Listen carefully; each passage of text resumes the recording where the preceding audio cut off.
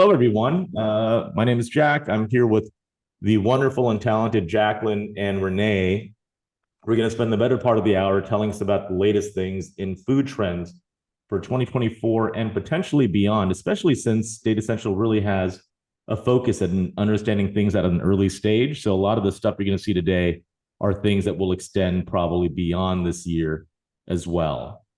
With that, I think we should probably get started because we have an unbelievable amount of content to try to compress into this next hour, and we're going to do our best to get through all of it. A couple of housekeeping announcements. One, it's 2024, and with that, you are part of a new schedule for the Simply Smarter show. If you remember in prior years, this show would occur on the first Thursday of each month. This year and going forward, it's now on the second Thursday of each month at 12 p.m. Central. So the next edition is going to be on February 8th, which is the second Thursday of February, 2024 at 12 p.m. Central. Make sure you keep this updated on your calendar, and we will see you every single month. The other thing is, I think we should all press that chat button right now. And when I say I think we should, I'm really asking you to do that. Press that chat button, chat to everyone, not just hosts and panelists, but to everybody, and just sort of say hi to everyone across the industry. Tell them where you're chatting in from. Let's get the conversation going. You know, for me personally, I think for the rest of us, this has been a really insightful experience having this show. And it's really not just an insight from the content that Data Central presents, but it's from all the amazing, amazing ideas and thoughts and expertise that you all provide to us and to one another. So to keep it collaborative, just get the ball rolling and say hi to everyone. And as we go through the hour, just you want to throw out an idea or a thought or a comment, or you agree or disagree on something, that chat button is going to be your best friend. So to help get that chat rolling, I want you to sort of put in that chat window, and you don't have to share this if you're not comfortable doing it for yourself. Like maybe you want to answer on behalf of a family member, a friend, a spouse, or something. What's your New Year's resolution if you have one? And if you don't, but you sort of know what maybe someone else's is, and if you don't mind sharing it, put it out there too. I think we want to maybe get a sense of what are people thinking about as we head into the new year. And I'll sort of tell you why this matters in just a moment. So give that thought for a second. Crunch out whatever you want in chat. And Renee, Jacqueline, as that scrolls through, are we seeing any common themes at all yet? Someone said chat more on webinar. That is a great. That's perfect. Whoever you are, it's going too fast. I can't tell you the name anymore, but props to that person. You are doing exactly what we asked. Any trends we're seeing in the types of responses? I see clean eating, eating healthier, health and wellness. A lot around health, huh? Yeah, a lot of health. Okay, so we'll get back to that in a moment. So, final piece of housekeeping: we have phenomenal new reports in Report Pro. I believe most, if not all of you, are now using Report Pro, and there's, I think something like 1,500 reports in there instantly available. A couple of the new ones we wanted to highlight real quick. January 2024, deep dive into casual dining, over 100 pages of incredible content. Everything you want to know about this segment from the perspective of the operator, as well as what's going to matter to the patron as well. There's a great new report that looks at sort of our chain performance update, what's happening at chain restaurants in terms of value and affordability. And of course, this incredible trends report that I have to say is one of the greatest things I've ever seen.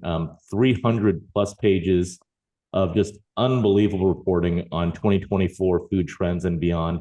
What you're going to see in today's episode is like barely even the tip of the iceberg of this. You really want to go in Report Pro, download this and sort of browse it in full to get a full appreciation of just how much awesome stuff is going on. And just kudos to the Data Central team, the Report Pro team, for putting this together. It is beyond fabulous. And as a reminder, there's just a lot of awesome stuff in Report Pro. So many great reports. So go check it out. If you're not sure how to access it, talk to your Data Central contact, and we'll make sure you get set up appropriately.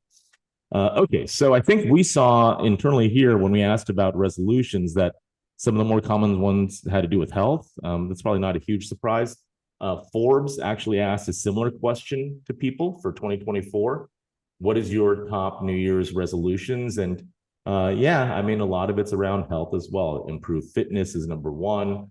Finances are number two, but then you have mental health, losing weight, improving your diet. As you go all the way down to the bottom, I actually think this is only 3% of people say my resolution is to improve my work performance, That's funny. which is fine, I think, because we have so much pressure to do that at work itself, but a lot around health specifically. And in our view, or at least in my view, I think a lot of this impulse around health can be really sort of brought back to the role that maybe food plays in our lives. And today we're going to look at a number of food trends. Some of them are probably healthy, some of them are probably not quite as healthy and more about craveability. But I want to maybe do something. This is going to be like a personal mission of mine for this year, is to continue to center a conversation around the opportunity for all of us in the industry around healthy eating. It's not the only opportunity, but I think it is a persistent one that we haven't really tapped into fully and unlocked. And, it's just something that consumers want. So to me, part of the issue is it's really quite confusing if you're a consumer, what's healthy, what's not. Is an egg healthy? Is it not healthy? You hear all sorts of different things. In my view, eggs are actually quite healthy. They have something called choline, which is really good for brain health, for instance. But you hear this about eggs, chocolate, virtually every other food substance. And it becomes a lot for consumers to have to process and come to their own conclusions around. This is paralyzing, right? When you don't have clarity as a consumer about whether something is good for you or bad for you, and you hear this for nearly every type of food or every different style of eating, you just sort of say, screw it at some point, and you sort of ignore all of this stuff and just go back towards just whatever tastes good, even though you deep down inside really want to be healthy in some way. And you could see as a result, over a period of time, we've seen great increases in the prevalence of different metabolic diseases that have really undermined the health of people, not just in America, but across the world. The incidence of diabetes is up not just in the US, but in parts of Asia and India. Here in the US, about half the population is now diabetic or pre-diabetic. This is CDC data that we've actually shown before. And I don't know if any of you know what this is. This is sort of disgusting. And I sort of question, is it really appropriate to put this on a webinar? But you know what? Why not? So this is your liver. The left-hand image is a healthy liver. The right-hand image is a not so healthy liver. It is a fatty liver. And the liver controls something like 200 different processes in your body that are very, very important. Once it becomes inundated with fat, it stops its ability to do these very important things, and your health starts to decline very, very quickly. So there is something that's traditionally being called NAFLD, which is non-alcoholic fatty liver disease. They recently updated the name to MASLD. MASLD means the exact same thing. And these numbers are sort of rough estimates, but the rate of NAFLD, NAFLD, non-alcoholic fatty liver disease in the 50s was thought to be something in the neighborhood of 5%. Any guesses as to what it is, let's say today? Put it in chat. I'm just curious to see what people think that number might be now. Renee, Jacqueline, are you able to monitor the chat window at all? Yeah, and you should be able to see it too, Jack, if you It's weird when I share my screen, I can no longer see the chat is the issue. Okay. Let's see. 50%, 35%, 45.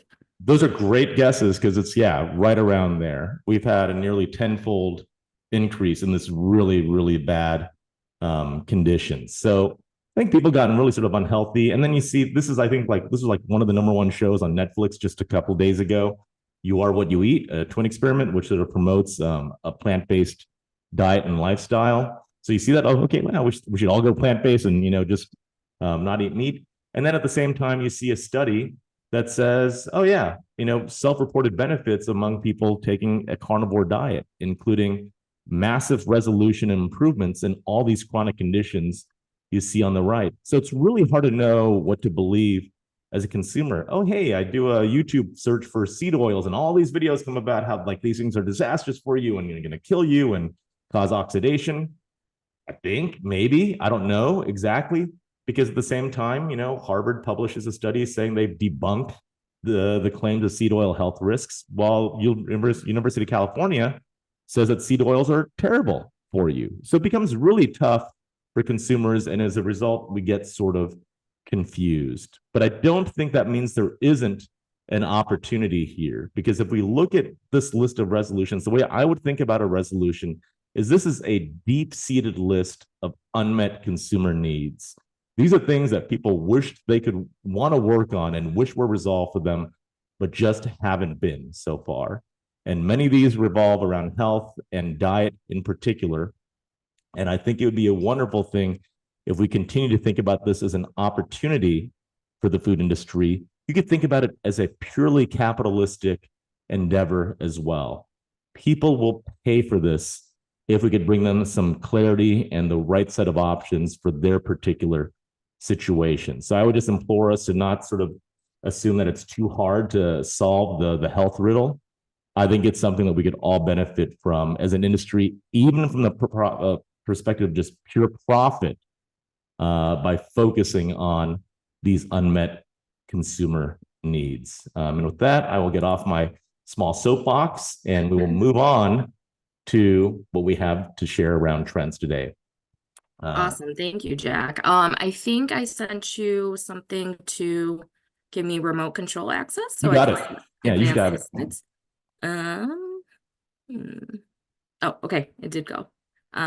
So actually I'm going to go backwards, but so thank you guys for joining. I just wanted to start by introducing that this report, as Jack's mentioned, is so much bigger than what we're going to share today. And I do want to shout out to the entire publications and content team for all of their hard work on this. And I also wanted to shout out to, I think he's in the audience, but Mike Costio, who's the OG trendologist that put together a lot of the groundwork for this report. So going forward to our first consumer pulse slide, we checked in on consumers and a couple of different health topics as well.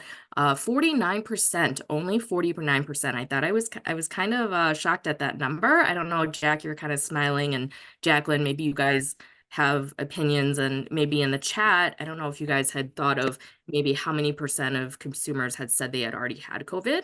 But in my circle, I was the only one who hadn't gotten it until just this past fall, coming back from Europe. So only 49%, but of those people as well, 60% have only had it once and 32% have poorly had it twice. So, this is, although we're kind of past peak pandemic, it's 4 years now ago, but we're still seeing a lot of the ramifications. It's not completely in our back view mirror. I think they've seen from random blood samples of the numbers way in excess of 90% at this point. So people are underreporting.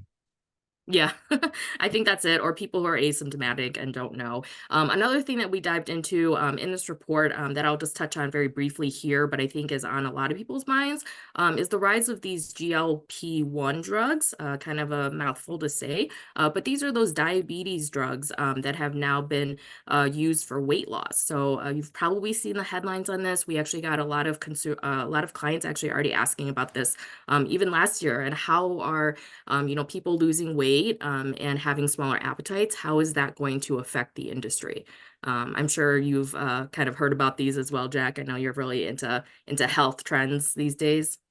Yeah, I mean, these are glucagon-like peptide 1 agonists, which essentially manage, they're diabetes drugs. They manage insulin. They block the secretion of glucagon, which is a hormone that converts glycogen back into glucose. So if someone is hypoglycemic, glucagon would sort of help raise their blood sugar. So this actually prevents that from happening.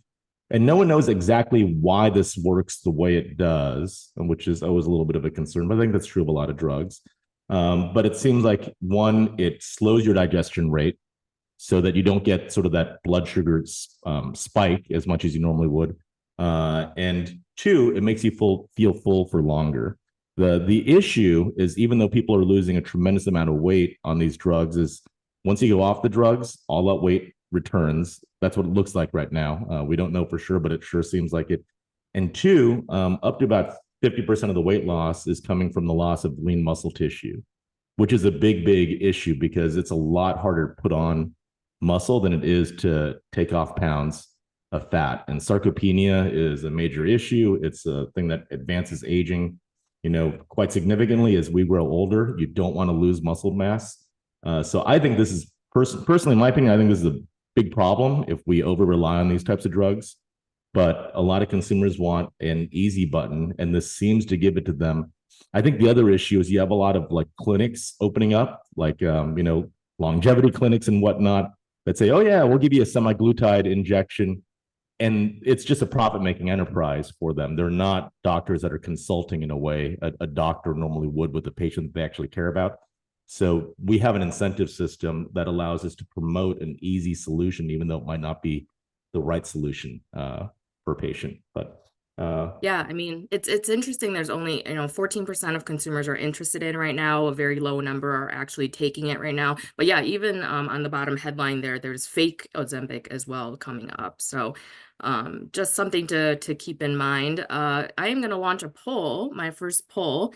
But so we asked consumers about similar to New Year's resolutions, what they wanted to focus on the most in terms of health in the new year. So you guys might remember a similar little game here. But what do you guys think is the top consumer health goal for 2024? I'm seeing all the things roll in right now. Do you guys have any guesses, Jacqueline and Jack? What if people are going to get this right? you know what? It's weird. I can actually see the responses as they come in, so I can't focus. Oh, Jacqueline, can you see them too? Yeah, I see them okay. too, but even Okay. if I hadn't seen them, I would have said reducing stress. So this is interesting to me because I know in the past when we've surveyed consumers more broadly, drinking more water came up really high on that list. And in this poll, it's not. And mental health and stress are like number one and two.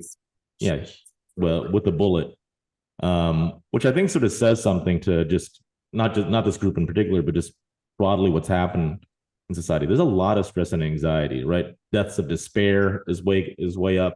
Alcoholism and drug abuse and suicide and all that stuff is way up. And it's actually thought, although we don't know for sure, there's conflicting evidence that those GLP-1 agonists can lead to higher degrees of suicidal ideation. I did see And there's that, some, yeah. so But this is interesting. So I do, well, you guys probably, Jack probably knows the answer. I know Jacqueline does. But this is interesting. These were the top four along with a tie. But actually the least amount of people got this right, actually. How do I get out of this? Stop sharing. Because actually it is drinking more water, again, as in last year. For some reason, oh, okay, there we go. So there's a little lag with the slides there, but so 68% of consumers this year said they wanted to drink more water, tying with exercise. That was the other one. So it is interesting that a lot of people chose reducing stress and such. Oh, now I guess my thing is going a little bit too fast. But I thought that was interesting.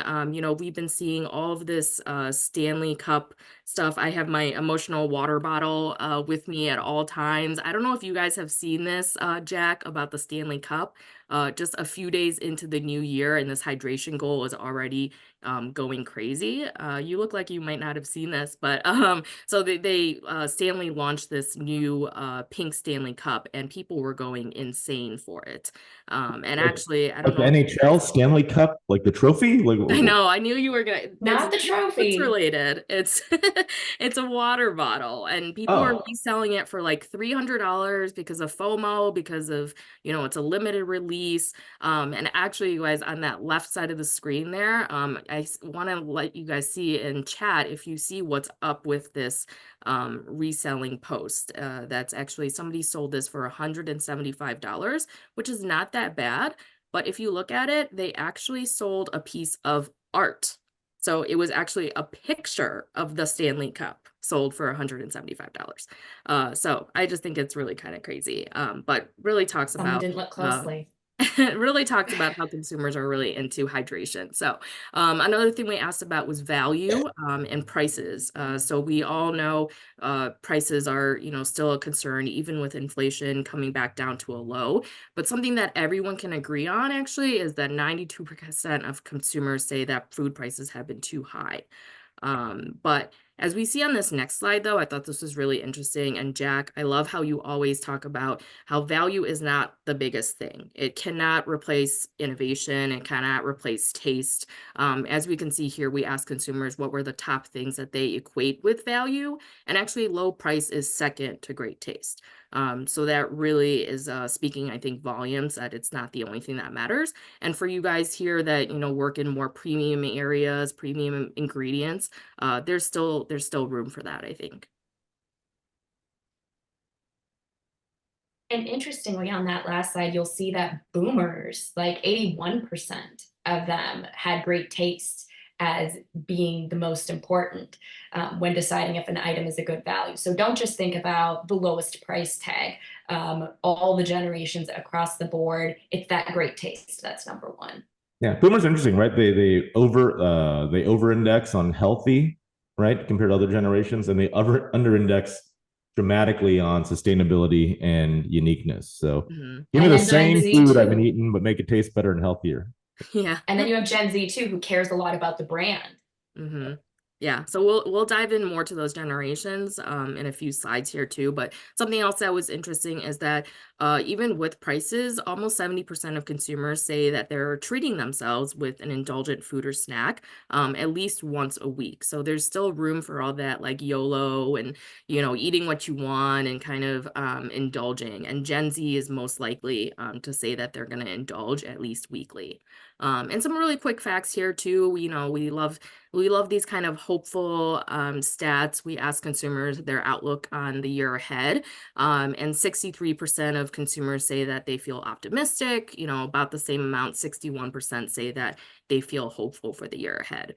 And just kind of a funny thing here, an AI game that I want to play here. So this photo we actually had in the original report, and then I swapped it because I was kind of like, it's a little risque, or it could be. But can you guys spot what's wrong with this photo? And I'm seeing chat that a lot of people are getting it. Wait, why is this Um, risque? what? What makes this risque? Well, just like there's more skin, and like, but actually, so what happened is that Hui, who did our AI section, which you have to check out because it is amazing, pointed out that yeah, AI forgot that spaghetti strap. So I did not notice that, but I thought that was really I thought that funny. was just a really cool dress design. That, Right, it could be. Yeah, there's a one shoulder thing going on. You're right. But then, we always ask consumers, are you interested? Are you excited for new beverage and food trends in the new year? And 77% of consumers said that they are. So, there's always room for innovation, and people, might be looking at their budgets, but they're also really interested in new stuff. And there's a stock photo Slack channel that we're a part of. And so we saw that this one was really funny, and I wanted to include that. But now moving into Gen Z. So Gen Z is the first look that we did for generations. And now, so I always kind of thought about Gen Z as like the babies, they're growing up now. A lot of them are going to college, they're graduating from college, they're entering the workforce, and they're really shaping some of these trends that we're seeing in the year ahead. So something fun I wanted to do, there is, of course, a lot of slang for, any generation. I'm a millennial. I think, Jacqueline, you're a millennial too. We have our slang, but I wanted to come up with some of these Gen Z slang words. And before you guys answer in the chat, if you know any of these, I wanted to ask Jacqueline and Jack if you knew any of these at all. Which, Jack, I feel like you might. So like my Gen Z slang knowledge ends at bet no cap. That's much the end. Drip is to be like flashing jewelry okay. or something else. Okay. Yeah. Jacqueline, you told me you were a boomer at heart. So I wonder, Yeah. Jacqueline, what does bussin' mean, do you think?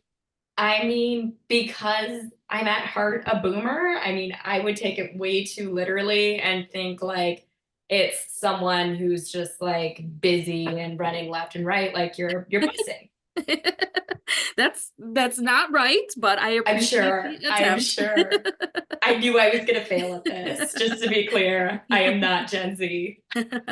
But yeah, I like these terms, and even if you think that you're not going to be super concerned with Gen Z, Wait, you're not going to I answer what those things mean? uh yeah, there's some in the chat, but yeah, bussin is like excellent. Guap is a lot of money, so you can see that little dollar sign there. Oh, that's a clue. In the corner there, chuggy. I never actually, it doesn't look like that's how you say it, so I did not know that one. But all of these I actually had to look up. So What does chuggy and sending me mean? so sending me is kind of like almost like a you're making me laugh so much, kind of like a dead kind of a thing. Like that's what I use as a millennial. I use the skulls for dead, and something's too funny. Chuggy is like you're making fun of a millennial's style and something that they think is stylish, and you're making fun of them for. So that's the slang there. It is funny though, because I mean, Gen Z has all of their slang. They have a lot of different workplace attitudes. By 2025, so just in a year, over a third of the workforce is going to be Gen Z. So this is really going to be important. And this I thought was really funny. You might have seen this, Jack. But so if you guys are familiar with this, just kind of tying in, Gen Z is so social media oriented, right? They're digital natives. They're really about TikTok and such. And so this happened last, I believe it was June, that McDonald's had this Grimace shake. Right, to celebrate the character's 52nd birthday. And for some reason, I can't understand Gen Z. I'm sorry, you guys. But Gen Z decided it would be really funny to have TikTok videos of like drinking the shake and then like dying a terrible death. And showing the purple blood, or blood. But I thought this was really interesting because normally brands are probably not going to want to associate themselves with something of drinking their thing and dying. But McDonald's got in on this. They said that they didn't create this trend, but there's their reply there, and they kind of like innocently still played up the trend. And I thought that was really funny because they definitely benefited from this. And I think, Jacqueline, you worked on the marketing piece in this report that shows that a lot of people want to interact with these brands. Yeah, it's really a stellar marketing move. It's a legacy brand. McDonald's has been around a really long time, and they're really showing consumers that they're in the know, and they tapped into this trend that they were seeing on TikTok in a way that really made sense for the brand and created excitement again for Grimace, which I love because Grimace is purple. Yeah. And also Gen Z is that the generation that most said that they were going to be eating out more in the future. So I think that is also something that is to kind of keep an eye on. The slide thing is not going, but let's see. Okay, and here's another AI thing. Kyle on Data Central's team had told us that there was something a little scary about this photo that I had no idea about. So in the chat, if you guys know what's going on with this photo, or if Jack, yeah, this is obviously AI. People are getting that. But if you zoom in, which I did not do, and neither did Jacqueline, you can tell those teeth are wildly not the best yet. So That looks we like on our Gen Z team teeth, though, kind of right? goes That looks into like a AI as cool well. trend, I think. That's like a cool Gen Z trend for those teeth. I could see that happening. Yeah, But, that's but true. but maybe someone can look this up. I heard that they're starting to find that Gen Zers actually look older than millennials because the Gen Zers don't really care to take care of themselves very well.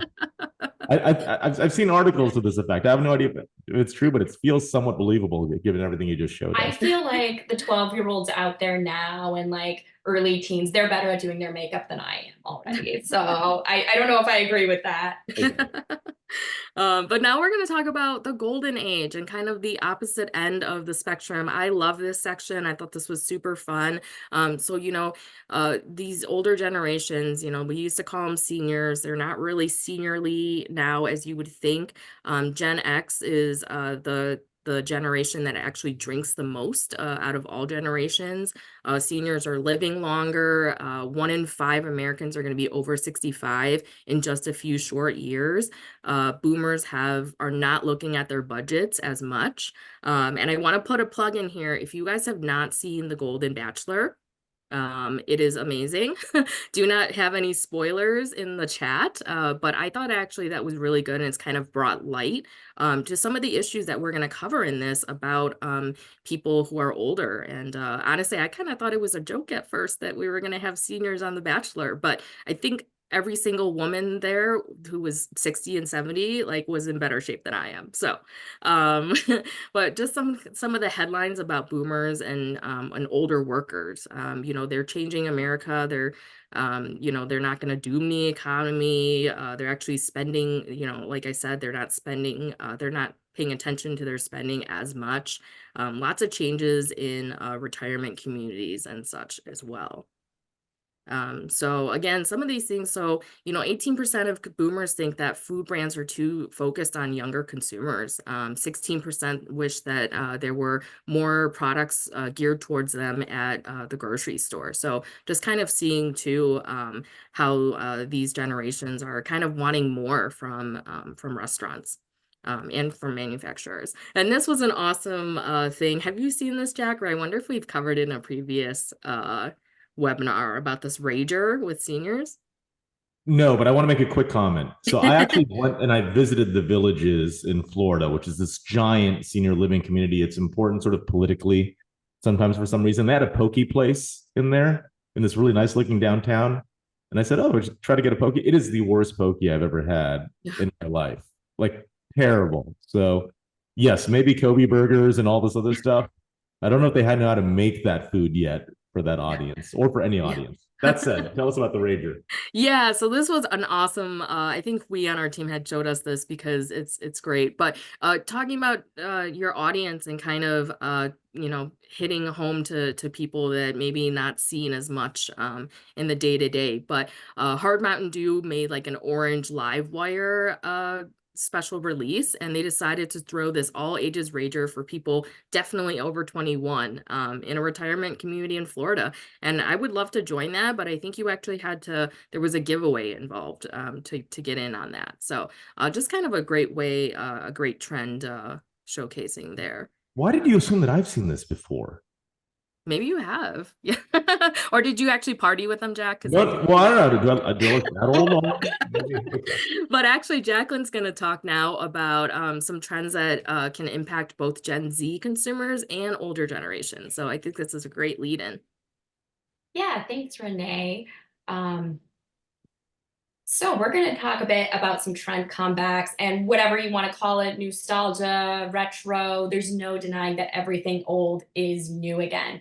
So while these older generations, they're excited to see items from the past come back, there are many Gen Z consumers who are experiencing these nostalgic foods and beverages for the first time. There's a really key opportunity in here to bring items back that maybe we're starting to taper off, weren't as successful anymore. This is the time to reconsider that.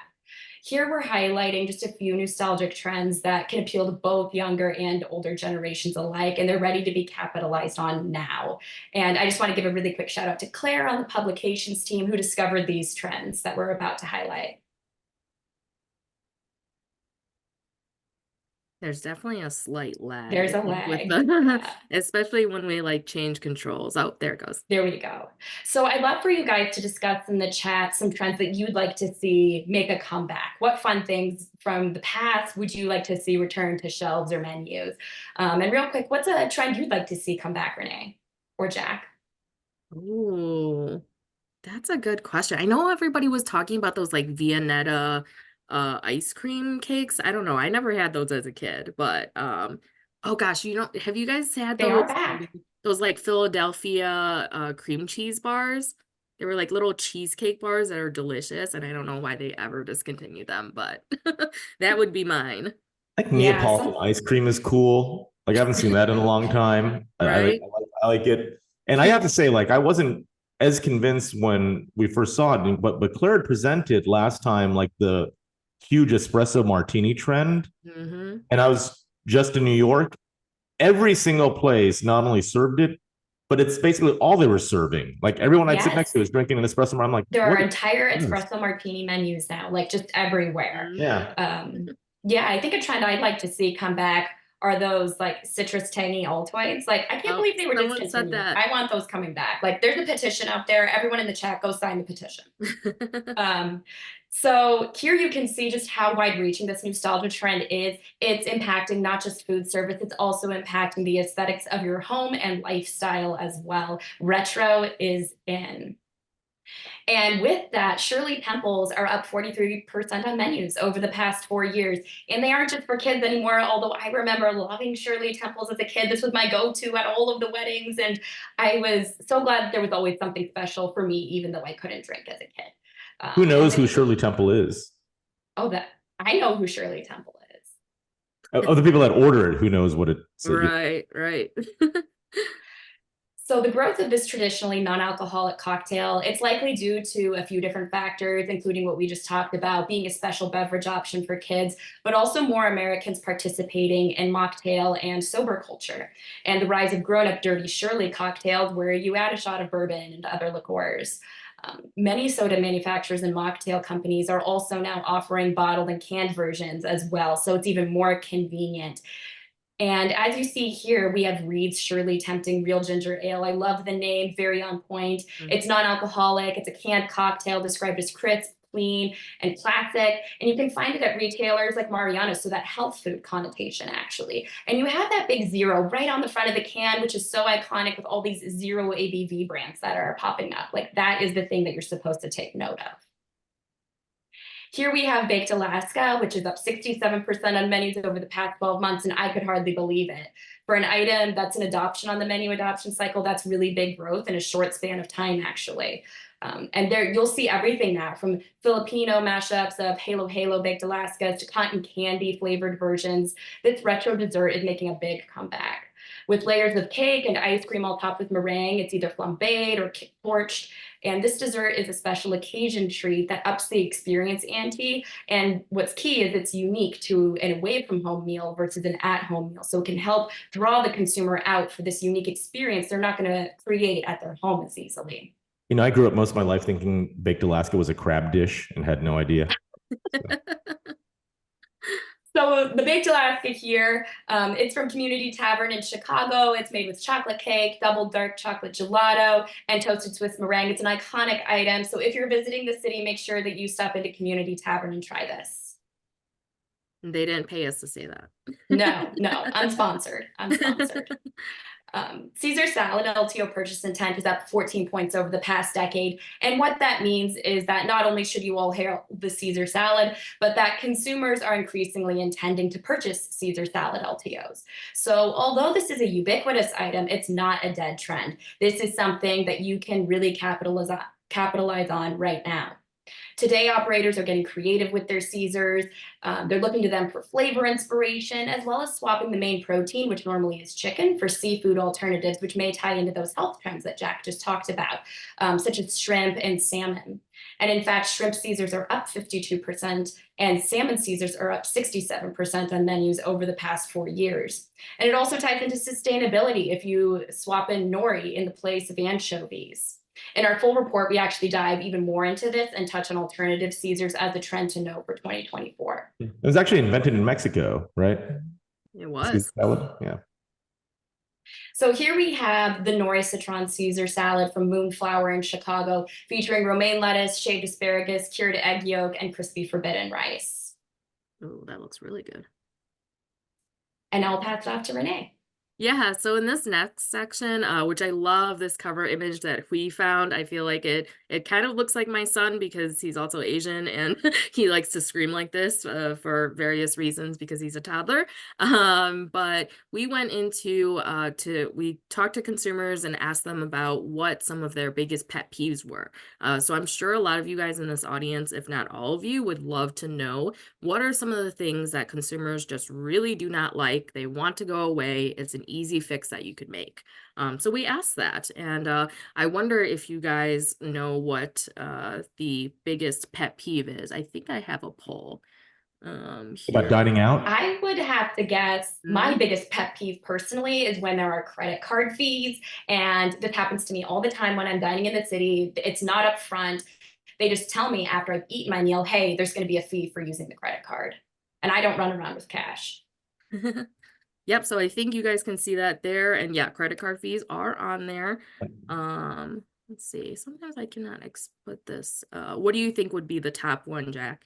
I think it's probably credit card fees. Well, so were consumers given this list, or is it more of an open end that they responded? So there were maybe 10 to There were a lot of 15 options. results, or sorry, options. Oh. But these were the top 5. And yes, credit card fees were the biggest one.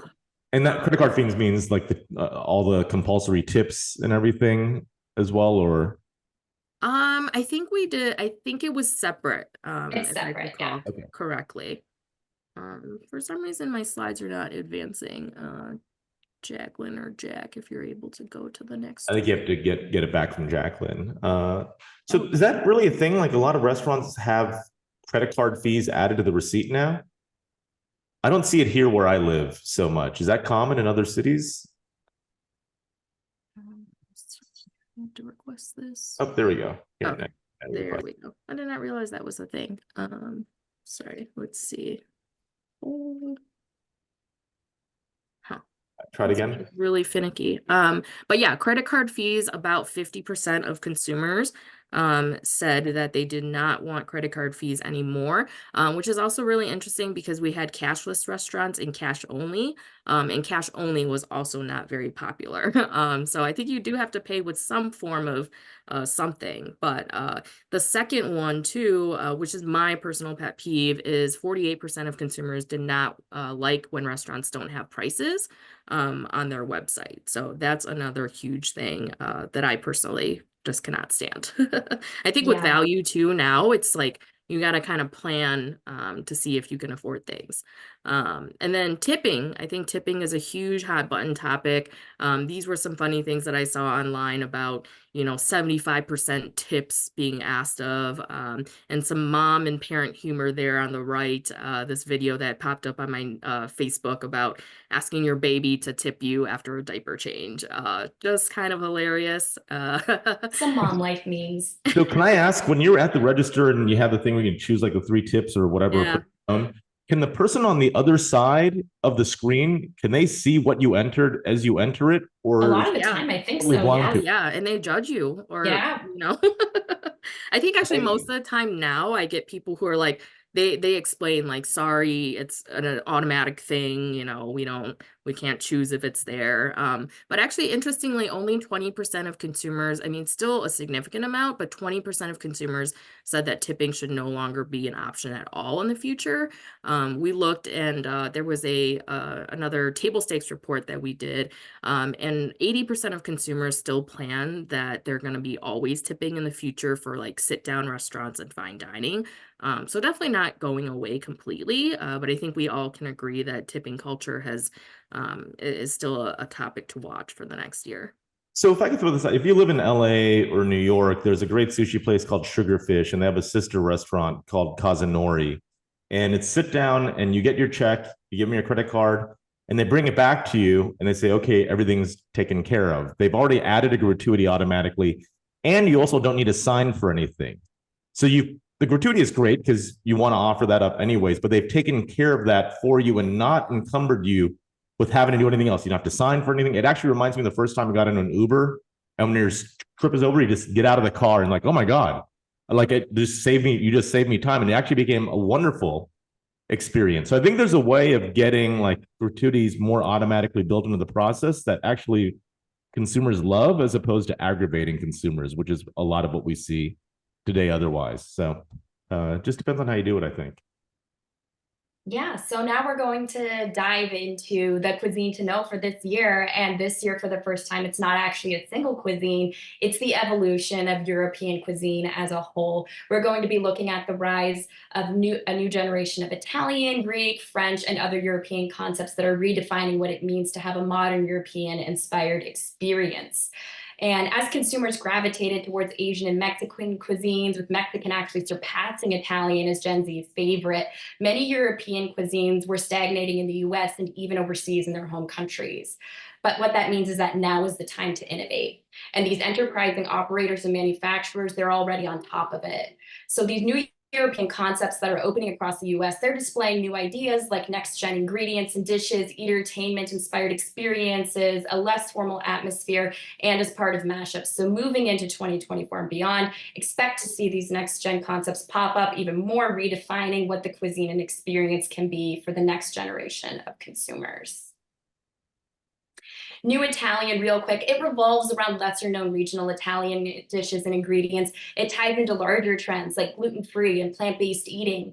And we have these fun pasta shapes that are popping up, such as Creste di Gallo, which was one of our 2024 foods and flavors to watch this year. And it's adding interest to pasta dishes. Mashups with Italian cuisine are also taking it to new heights. And you can think things like Mex-Italian or Japanese Italian, which is like AKA Wafu cuisine.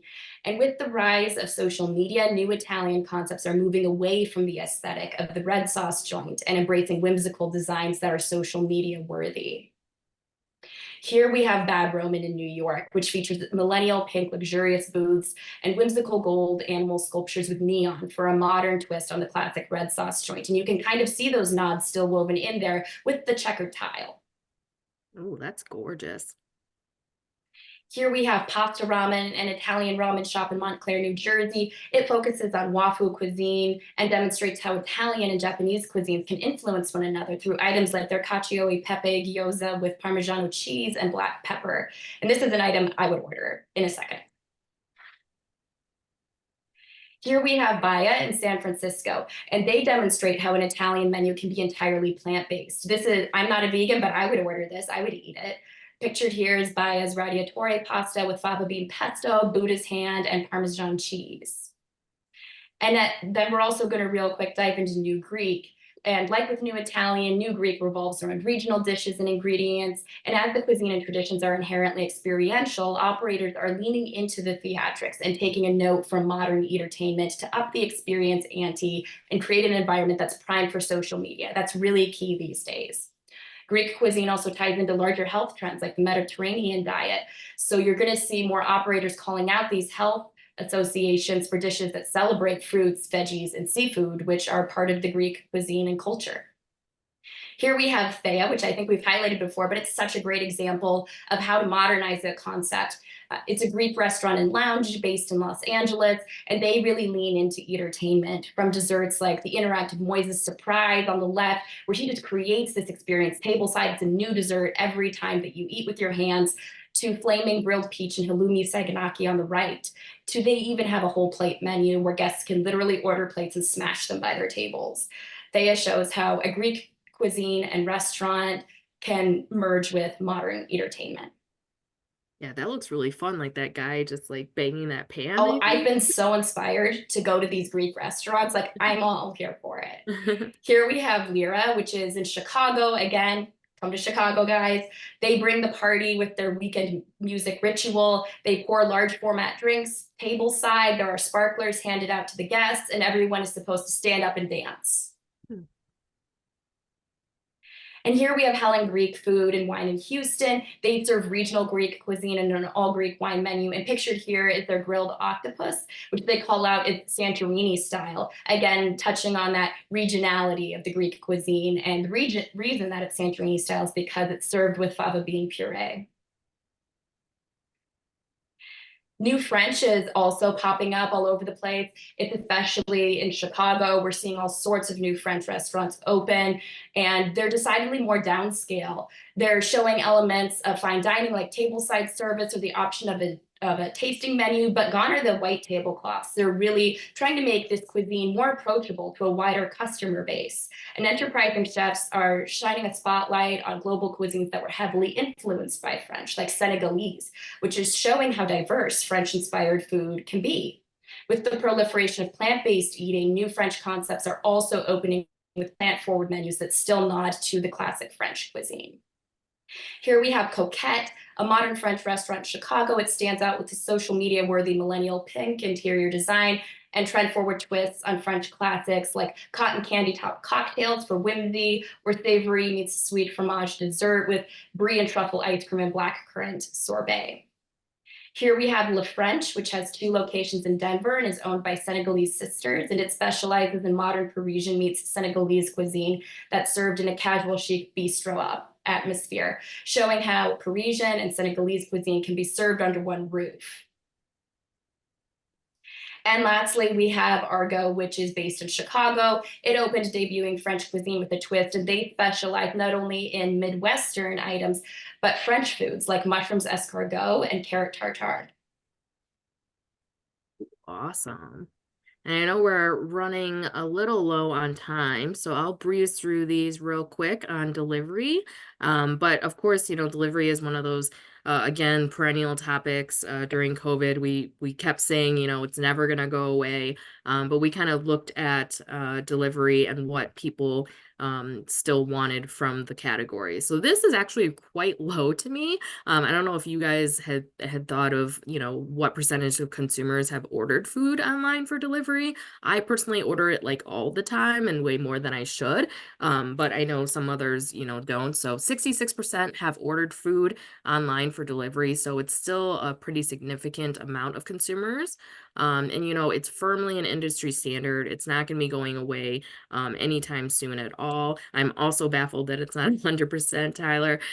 Some of the newer kind of innovations that we touch on, Cinemark, who you wouldn't have thought, a movie theater was going to get into delivery, but they did start that last year. They partnered with some third-party delivery partners to bring you those huge fountain drinks and popcorn straight to your home. We also have, delivery robots that are moving towards drones now. So we have this zip line droid that will bring your food down to you with a little cable there flying down.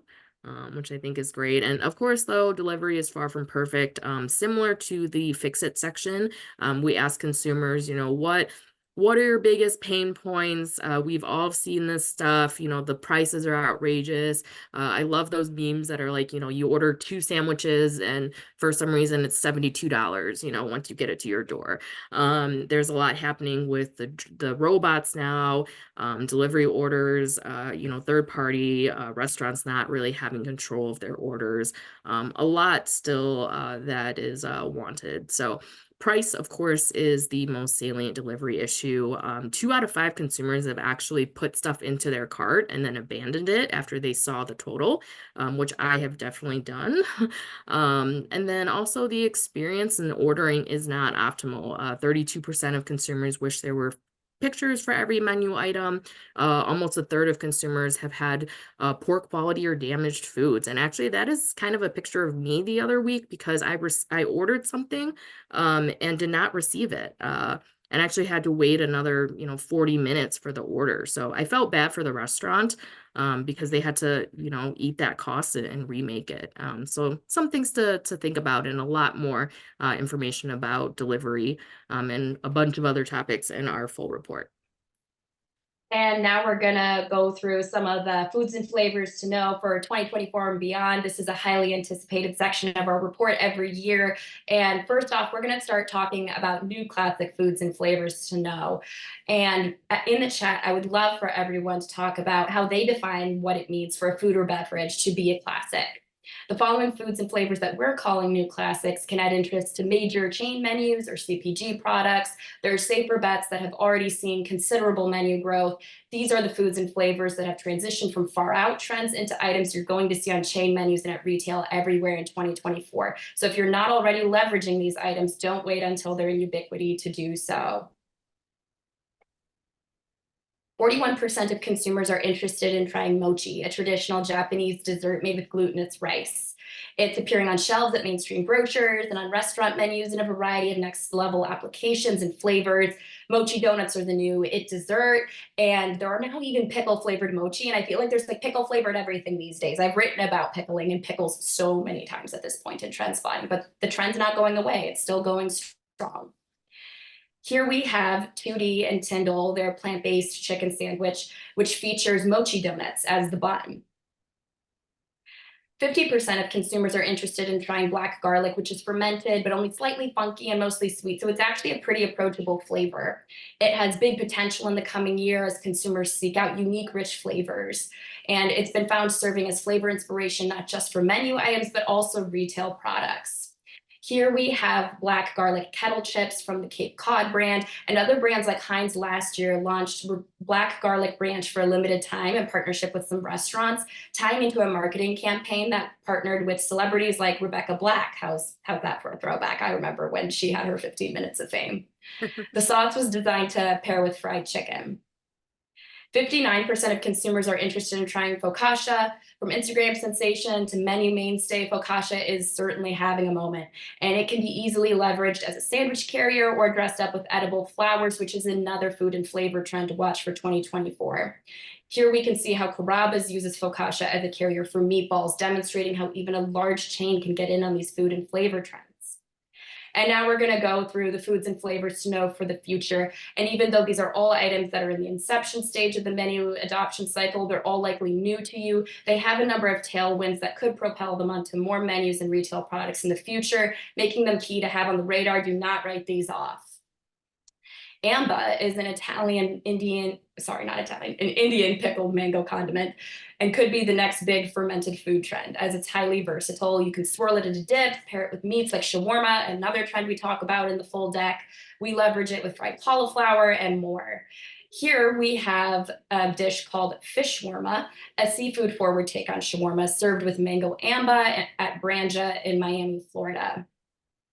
30% of consumers are interested in trying hojicha, and enterprising US chefs are already experimenting with it. It's a type of roasted Japanese green tea, and it appears in both foods like ice cream and beverages like lattes.